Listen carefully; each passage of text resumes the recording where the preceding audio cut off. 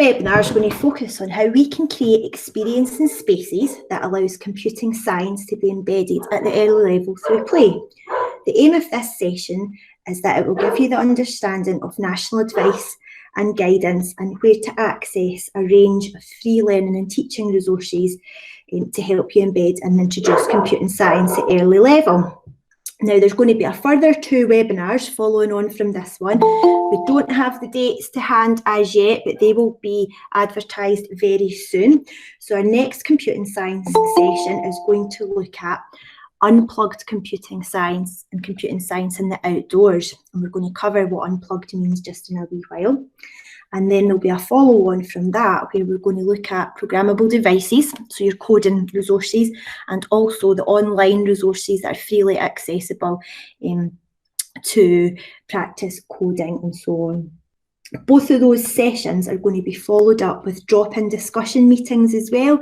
So that will give you the opportunity to come back, to ask any questions, if you've had a wee try at some of these activities with the learners that you're working with, if you want to share something with us, or just to generally follow up from the session. That will give you another wee opportunity to do that. As soon as we have the dates ready, we will share them with you, and I'll cover where that will be just at the end as well.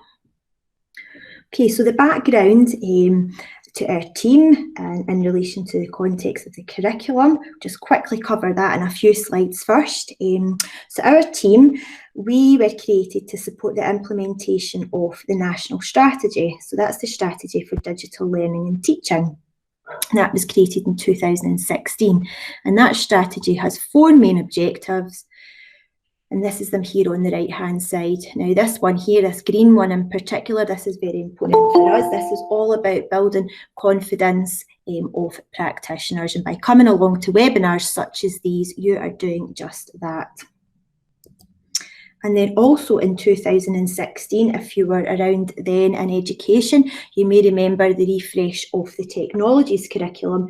Now, that's the only area to be refreshed, and that's because of the fast-paced developing digital landscape. And that brought about computing science, cyber resilience, and digital literacy being parts of the technologies curriculum. In the middle here, we have the technologies benchmarks as well. We're going to have a wee look at them shortly too.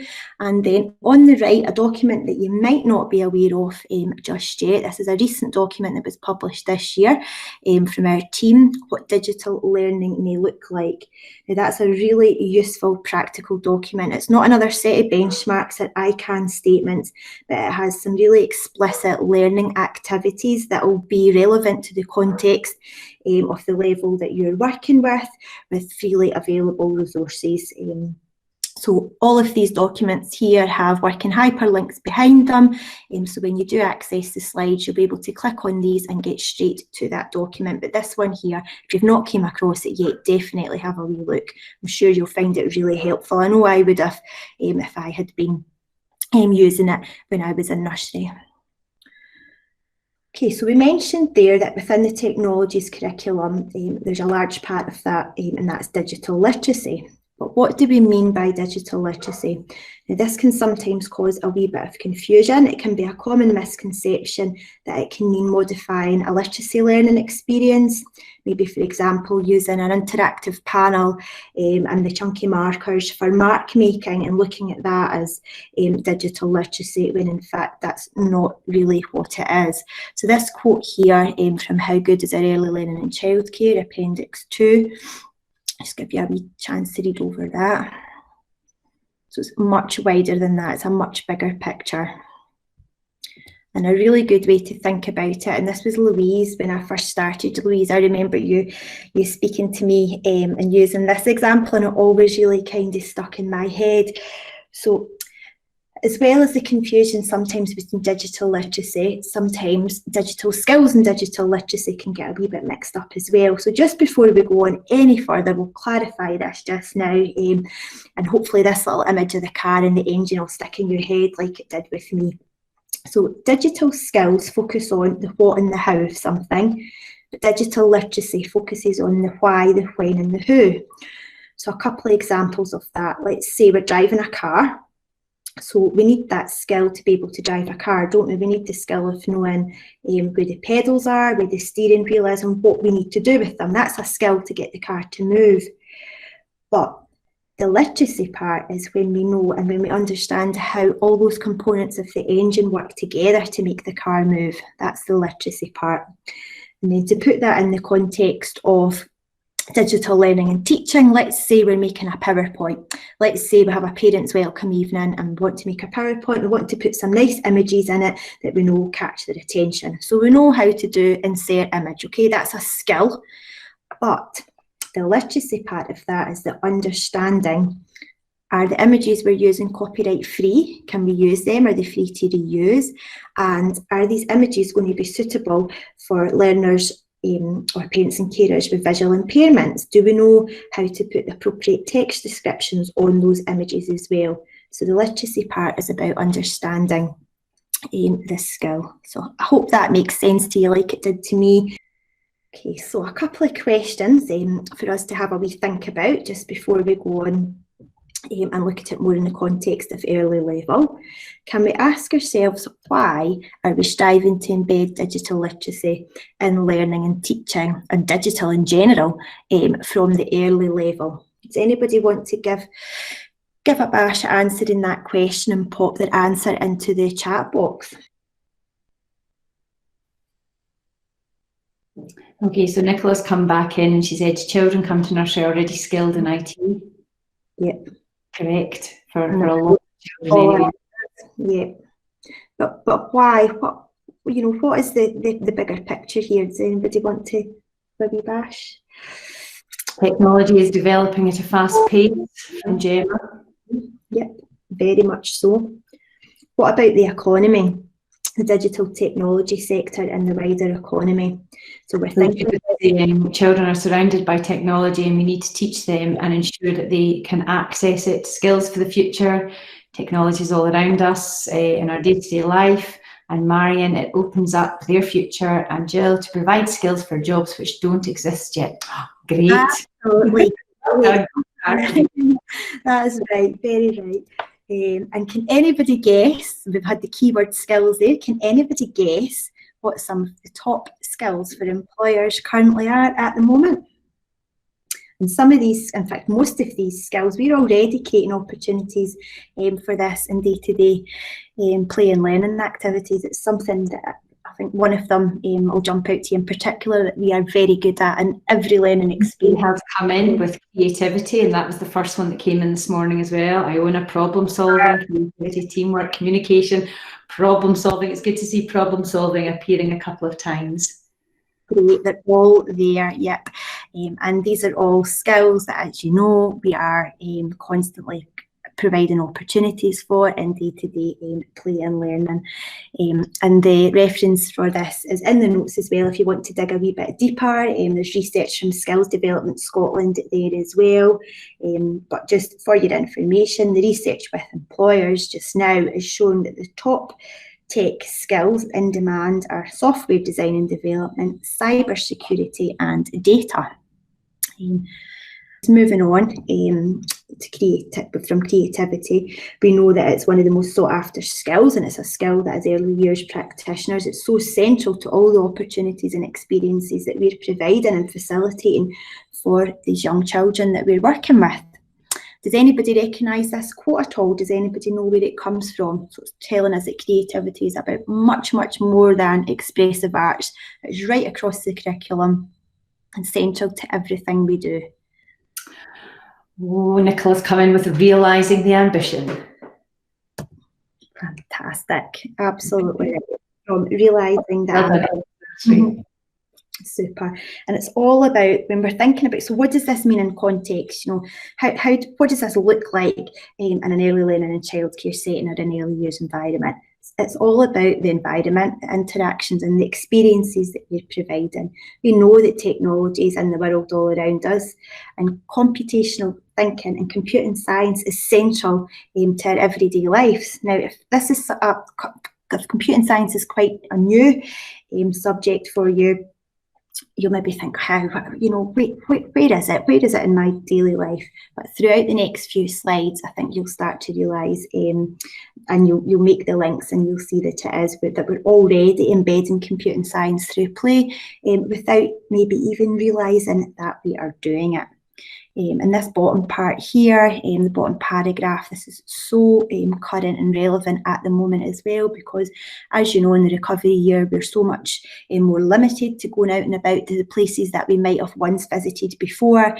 So by bringing things and experiences into our settings virtually, that can really help bridge that gap for us at the moment. Okay, so going back to the technologies curriculum and looking at it in a wee bit more detail here, you'll see that there's 3 organisers to the computing science curriculum. So computing science curriculum is part of the technologies curriculum, along with cyber resilience and internet safety and digital literacy. And then the breakdown of the computing science curriculum is in those 3 organisers that we have there on the slide. So what do they mean? Computational thinking, that's when we take a problem, we try to understand what that problem is, and then we try to develop possible solutions for it. But the solutions that we're looking for, we want to be able to solve the problem correctly and in the fastest way possible, and using the least amount of time and the least amount of space and resources. And computational thinking equips us with the skills to ask ourselves, is this the best way to do it? Is this the most efficient way to solve a problem? Is this the fastest way? Does this solve my problem? Does it give me the right answer? Can this be used to solve other problems? Now, those are techniques that we do daily in our everyday life, aren't they? Computational thinking is the golden thread that runs through our curriculum and our lives, and it's intertwined in almost everything that we do. Then our second organiser, understanding and analysing computing technology. So that's thinking about how computing science works in the world all around us and where it exists. Where are the computers? What is a computer? What's inside? What makes things work? And as early years practitioners, I think that's also something that we are really good at. You know, everything's an opportunity. If something's broken, right, what's inside it? Let's take it apart. You know, we never throw anything away, and we really use it for as long as we can. Designing, building and testing computing solutions. So this is about programming and coding devices and creating simple sets of instructions, which in computing science language can be known as algorithms. So where through play-based learning experiences and where in the world all around us at early level do we see this? We don't need kits and programmable devices and resources to introduce or embed computing science at the early level. This photograph of the first photograph here of this little boy who is in a washing basket with some brightly coloured clothes pegs. This is in relation to the first experience and outcome here from the Understanding the World Through Computational Thinking organiser. Maybe before you would have looked at this photograph and automatically thought, oh, that's a maths E&O, that's a sequencing or an ordering E&O. But have a wee look at this one. I can explore computational thinking processes involved in a variety of everyday tasks and can identify patterns in objects or information. And that's what he's doing there. He's creating a pattern with the coloured clothes pegs. I'm sure this image here might be a familiar sight to you as well. We've got a visual timetable here. This one here is for a daily routine, but you might have a visual timetable for toothbrushing. I'm sure hand washing is probably a really popular one at the moment. You might have visual instructions like this for making a pizza, making Play-Doh. It might be for in the cloakroom, what's the routine for getting ready with the waterproofs and the wellies for outside? Is there an order? Is there a set of instructions that we need to follow? That'll help us get ready more efficiently, so we know what order that we put things on in, as in let's not put the wellies on first, then try and pull the waterproof dungarees over the top, and so on. So again, that is in relation to computing science as well. We're understanding sequences of instructions from the Understanding and Analysing Computing Technology organiser. So hopefully through this you can see where it all links up as well, and that you do not actually need to have programmable devices. The first video we have here, this is from CBeebies. It's from Nina and the Neurons, and I've popped this one in here because it's a really good example of some of the freely available resources that are out there. So this is a video and a little song about recognising where in the world around us computers exist. There's a whole series of these videos, and it goes on to then looking at how computing technology works as well. So the links are provided for this, so I'll play it for you just now. I won't play the full thing, but I'll just play a little bit of it to give you a flavour.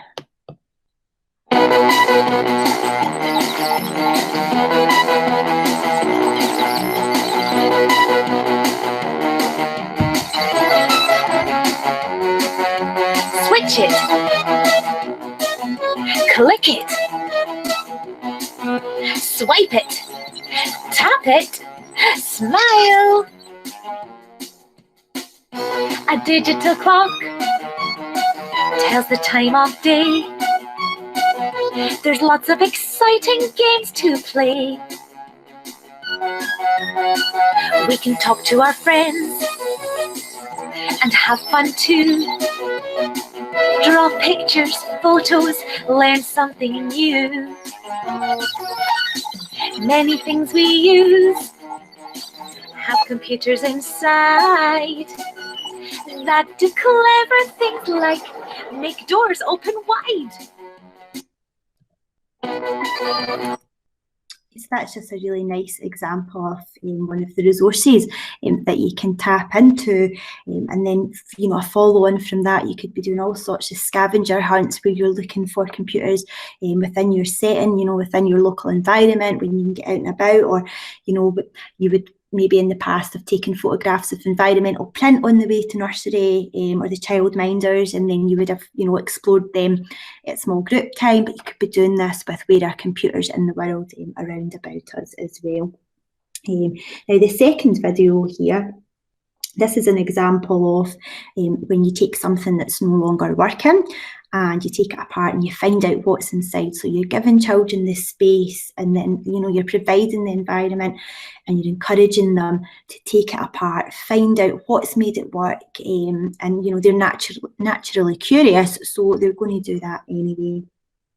So again, I won't play the full thing, and the link is there in the notes.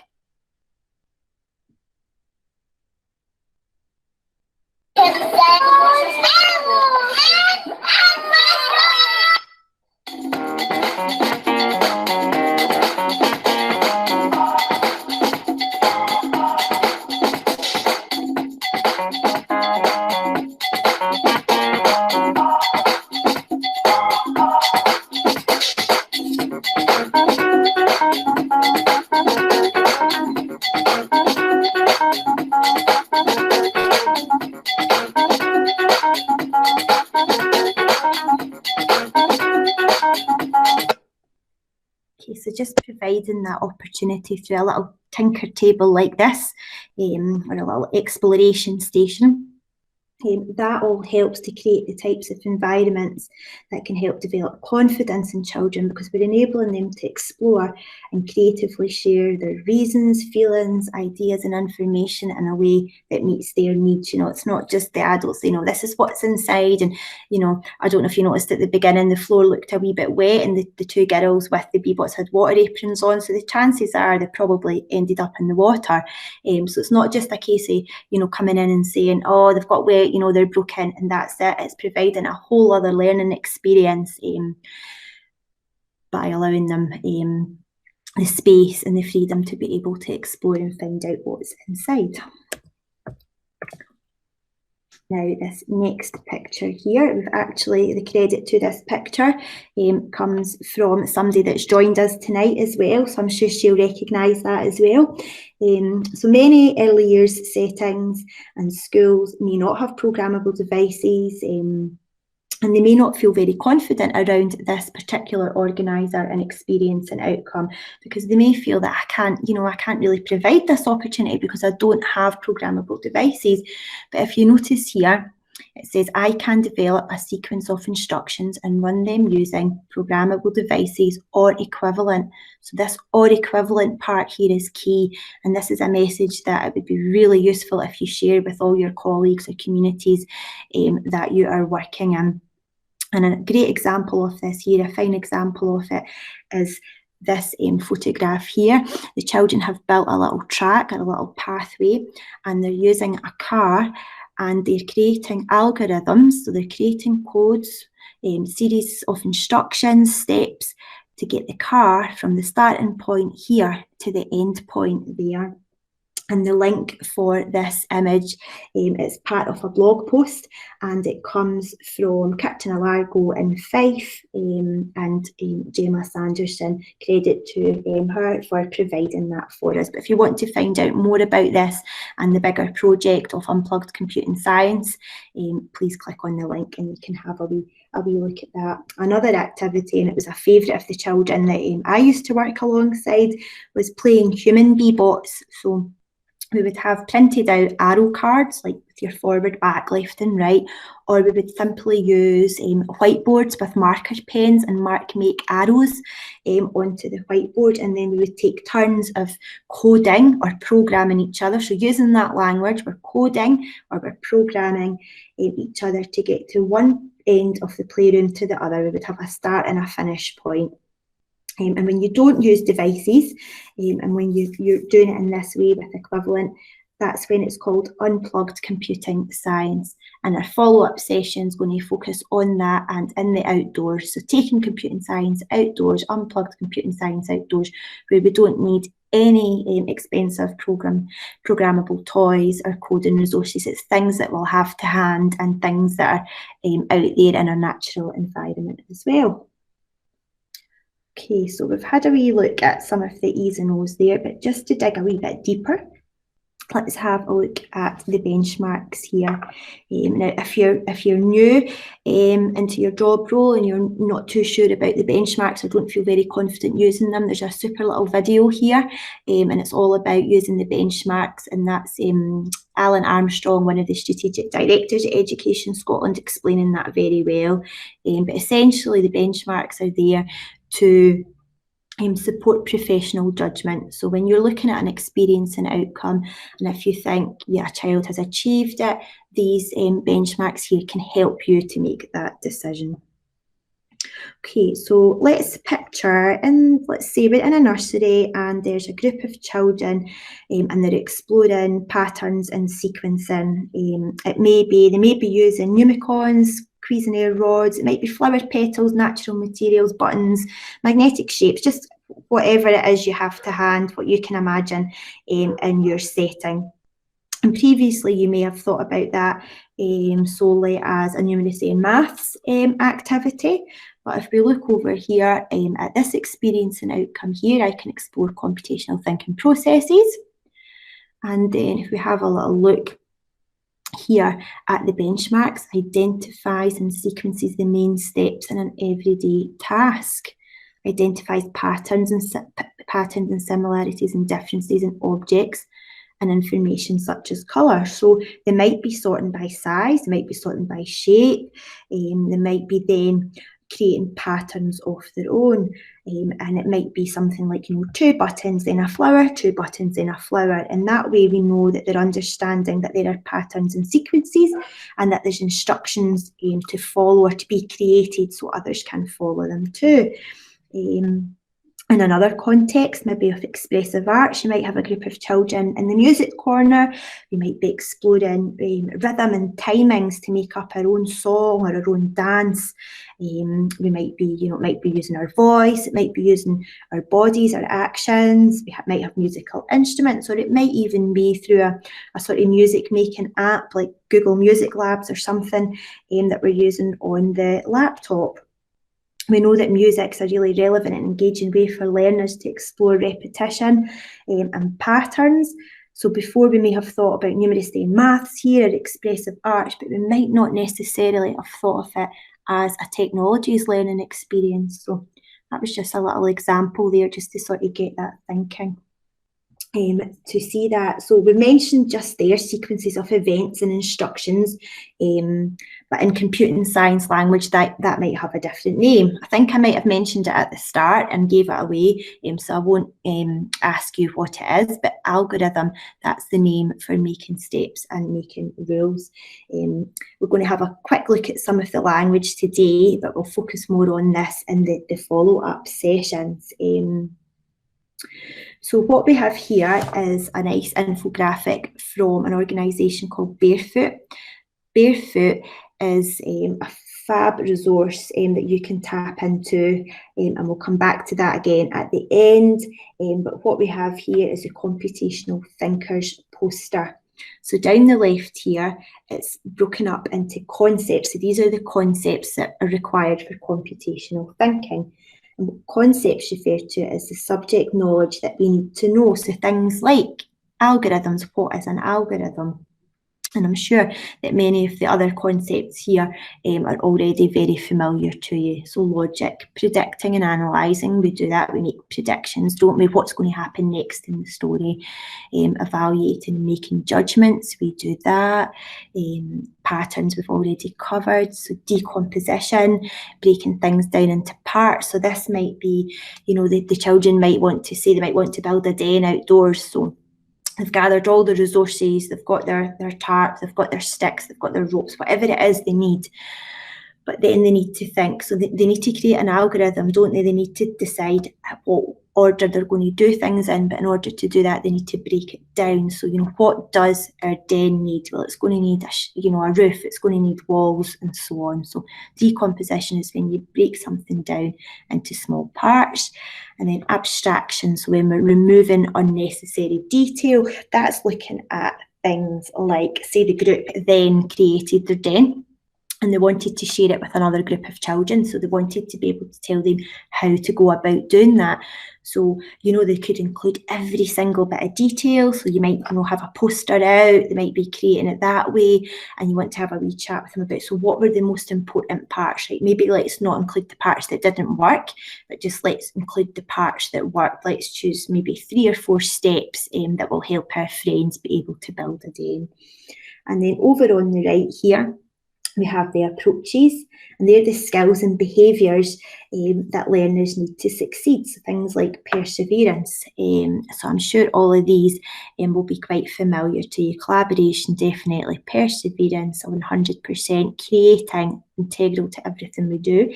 But this word here, this might be a wee bit unknown to you. So tinkering. It's becoming more and more popular with tinker tables, which, we mentioned earlier on when we were looking at taking the B-bots apart. So that's when we, we look inside things, we change things to see what happens. When you're tinkering with something, you're making little changes to see if it makes a difference to how it works. Debugging, that is simply looking for errors, so finding and fixing mistakes. And one of our digital skills team colleagues who used to be a primary teacher, George, he used these terms quite a lot, but not just in relation to computing science. Say the children had spelling words to do, and he wanted them to go and look first of all, find their corrections themselves, and then try and correct them. So you would ask them if they could debug their words and then tinker with them and then hand them back in. So that's just an example of how those that language can be embedded and used, transferred throughout all contexts of learning. Because I think if you remember, at the beginning, one of the skills that employers are looking for is good knowledge of programming language and programming languages, and that's how we can start that at the early level. And children like a challenge, don't they? I mean, that a word like algorithm, that might seem really quite difficult, but they enjoy learning new words such as metamorphosis and love to be able to tell you, what a big word means. So algorithm, I'm sure, is definitely something that you could embed in the everyday language, all the visual timetables and all the sets of instructions that you have throughout your setting. But looking at these approaches in relation to early level, what do they mean? What do they look like? So tinkering, We might be playing, we might be exploring, discovering, understanding, and I'm sure you could add so many more examples to these approaches. When we're creating, we're making, we're building, we're designing, we're imagining. When we're debugging, we're finding, we're problem solving, and we're fixing. When we're persevering, we're not giving up, we're trying again. And when we're collaborating, we're playing and working together, and we're helping each other. And these images, they might be familiar to you already. Some of these images were captured and published in Realising the Ambition. So if you think, I recognise that, that's where it came from. Okay, so we've mentioned our experiences and outcomes and our benchmarks, but how will we know, how do we know that we're embedding computing science at early level? We self-evaluate, don't we? That's how we know how we're embedding anything. But the key questions we need to ask ourselves here is, are we all providing the experiences and opportunities, and are we all encouraging children to recognise a range of technologies and their purpose? It's the responsibility of all. Digital literacy is placed now at the heart of all learning, and it doesn't just sit within the technologies curriculum. It can be met in any of the other areas, and we've had some examples of that so far this afternoon. Next time you're working with this document, just have a wee look at how many mentions of digital and technologies you can see in there. I think you'll be quite surprised if you've not done that already. I won't give it away, and we'll see if we can remember for our next session if somebody wants to share that with us. Okay, so we're just going to move on now to some of the resources that we've mentioned so far and tell you a wee bit more about them. So we mentioned Barefoot just a few slides ago when we were looking at the computational thinking concepts and approaches. So Barefoot is an organisation, it's a partnership between BT and Computing at School, and they support early level and primary educators to develop confidence, knowledge and skills, and have resources to help deliver computing science. The resources are all aligned to Curriculum for Excellence, and they include free high quality lesson plans. Now, in the past, you could have somebody come out to your setting to deliver a workshop as well. They have volunteers. At the moment, that's not happening face to face. But do, if you have the time, do create an account and have a wee look at some of the resources that are available on here. Some of the activities that we'll do next session, they're going to come straight from the Barefoot resources because they are really high quality resources. And very soon, sometime in the autumn term, there's going to be new early level resources launching. So if you sign up, create an account, you'll get notified when they come out.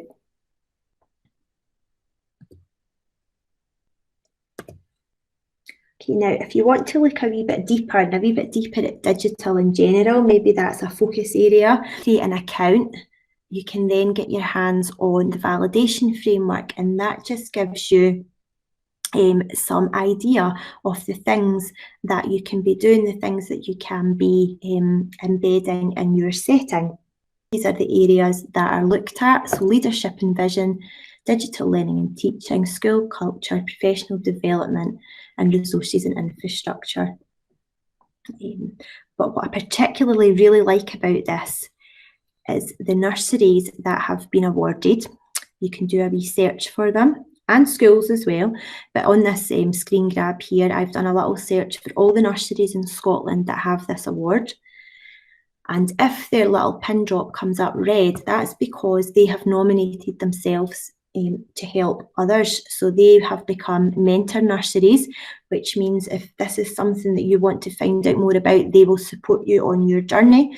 So you can get in touch with them, and I've popped the contacts, either the emails or the nursery blogs in the notes. You can get in touch with them to say, so, can you tell me a wee bit more, give me some practical examples, why have you got your Digital Schools Award? How have you embedded computing science? Can you tell us about that? Or, as a team, what have you done for professional development to enrich digital learning and teaching in your centre? So that's really, really useful. Now, if you have Glow access, and I appreciate not everybody does yet, but for those of you that do have Glow access, we have some resources on the technologies community. So this is a little tile here. You would need to add this tile or do a search for it. And if you're not sure how to do that, let me know and I can show you that at the end. But on this technologies community, what we have is some of the resources that we've spoken about, such as Nina and the Neurons, links to code.org, Out of School, and all these other resources that we'll cover in the sessions coming up. They're all housed there on the National Technologies community as a one-stop shop, and all the documents that we've mentioned in relation to the curriculum are all in there as well. And then just some other places within Glow. This is the last one within Glow, I promise. This one here is to the National Early Learning and Childcare Professional Learning Community. So if you don't know about that yet, this one's hyperlinked as well, or the links in the notes on here.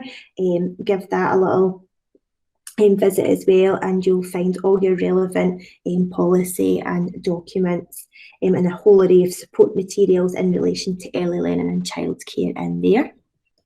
And then the digital learning team, we have our blog, our DigiLearn Scot blog, and this is where you can find the webinars that are coming up in the future. We also have a whole section here on sharing practice, where practitioners have submitted blog posts to tell us about how they're embedding digital in their everyday lives, which is really interesting there as well. And to say, if you go into those various other places, if you just want a really quick link to access the early learning and childcare digital sessions, I have collated them all in a sway, and I'll just click on that to have a wee look. And this is open to everybody, and you don't need a Glow login or anything to access this.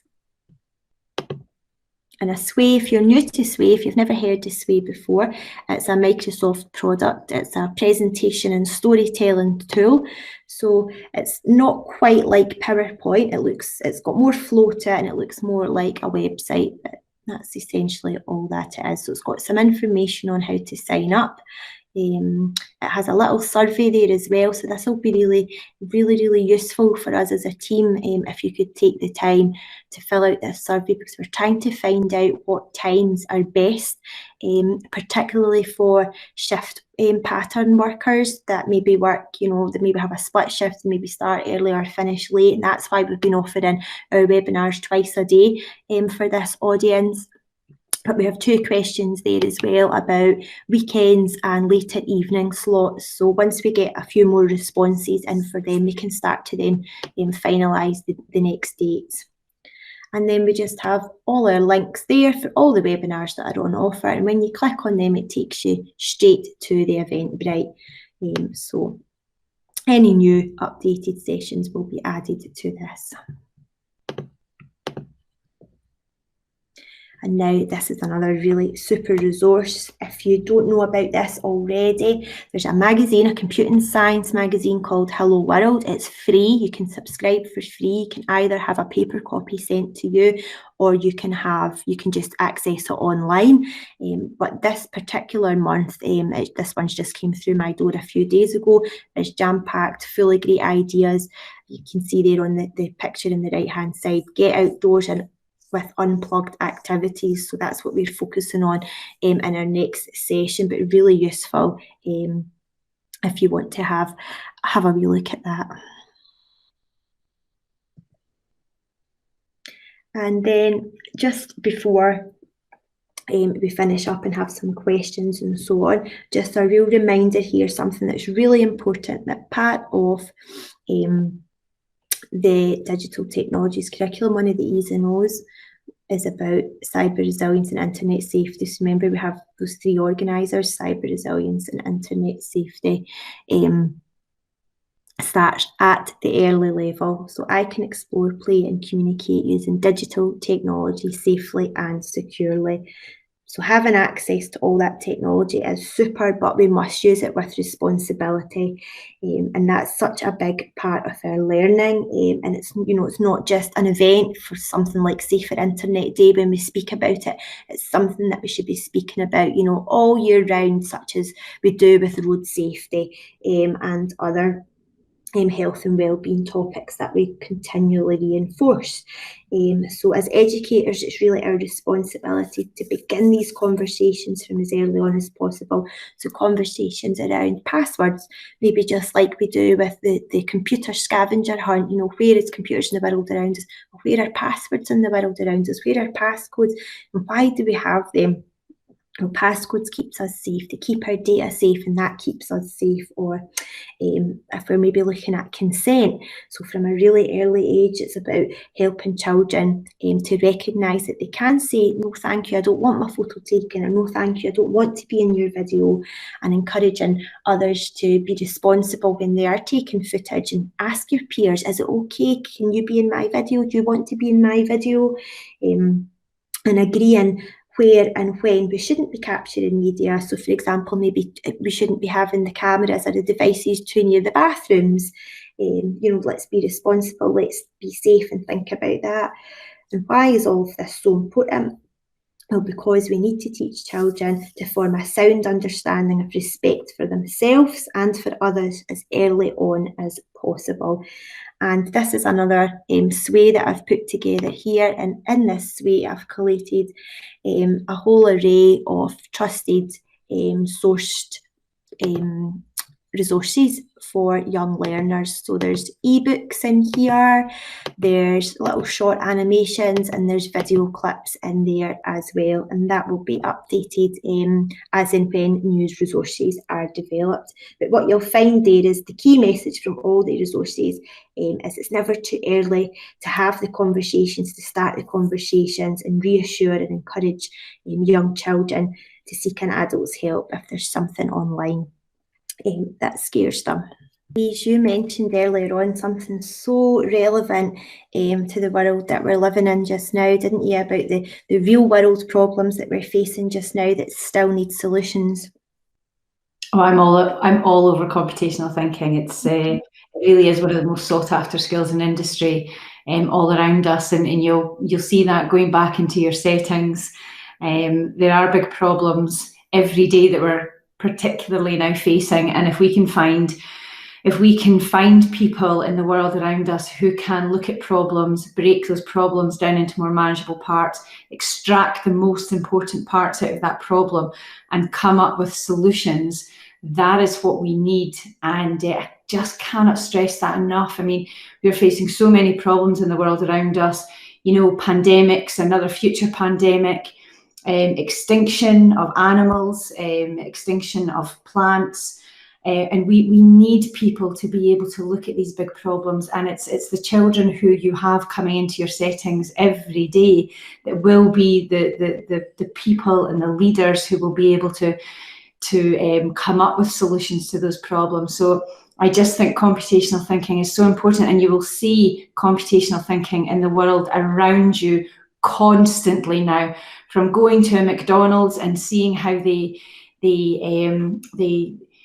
perform within McDonald's, seeing the computational thinking, the abstraction, the algorithms that go on just to create that process of getting the food to you quickly and effectively and efficiently. So honestly, everything that you see now, once you begin to learn about computational thinking, you will see it everywhere. So I can only apologise because it might be a bit annoying, but it is so important.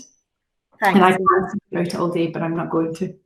Thank you. So just before I stop sharing my screen, I just wanted to pop this wee slide up as a thank you, and just to let you know that our email addresses are on there as well, and our DigiLearn Scott Twitter handle is there as well. So if there's anything that you can think of, because I know what it's like myself going along to sessions, it can take you a wee while, can't it, to sort of break that information down, have a wee think about it, digest it, and then it might even be when you're back working with these young learners that you start to have questions. Feel free to get in touch with us, and we will try our very best to answer your questions. So